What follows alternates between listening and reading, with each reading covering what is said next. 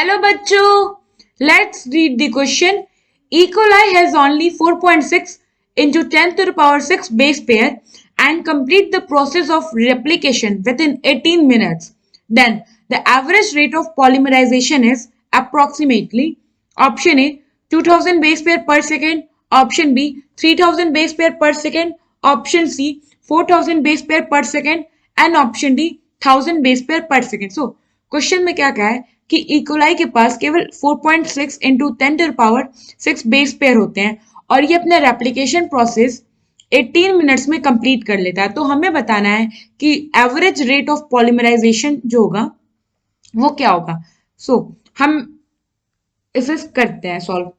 सबसे पहले 4.6 into 10 to the power 6 इसके पास है बेस पेयर, जो कि टोटली अगर पूरा हम देखें 18 मिनट्स में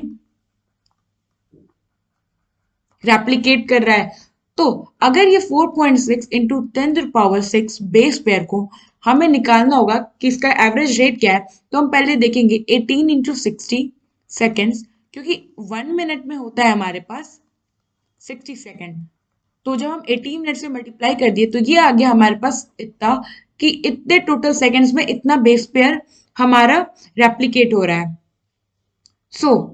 अब हमें बताना था average rate of polymerisation, sorry इतने 18 इंटू 60 सेकेंड्स में इतना बेस पेयर पॉलीमराइज हो रहा है। एवरेज रेट ऑफ पॉलीमराइजेशन बता रहा है और यूनिट पूछा है बेस पर सेकेंड में। तो ये हो गया हमारा बेस पेयर, ये हो गया हमारा सेकेंड।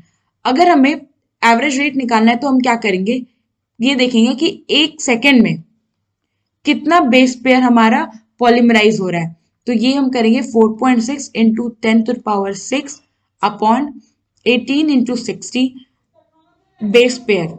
नाउ अब हम जब इस पूरे को सॉल्व करेंगे तो हमें अप्रोक्सीमेटली मिलेगा ये कुछ ऐसे आंसर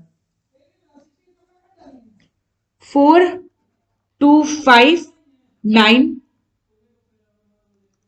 और जब हम इसको into 10 to the power, just minute please, ये हमारा आएगा आपका कुछ 4.004259 अप्रोक्स में ऐसा कुछ आंसर आएगा into 10 to the power 6 base pair. इसका मतलब एक सेकेंड में इतने बेस पेयर जो हैं वो पॉलीमराइज हो रहे हैं।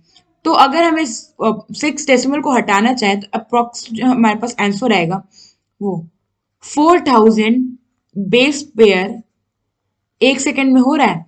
तो अगर रेट की बात करें तो रेट हो जाएगा हमारे पास 4000 बेस पेयर पर सेकेंड। अगर हमारे ऑप्शन में देखें तो यहाँ पे जो हमारा ऑप्शन सी है वो हमारा करेक्ट आंसर हो जाएगा।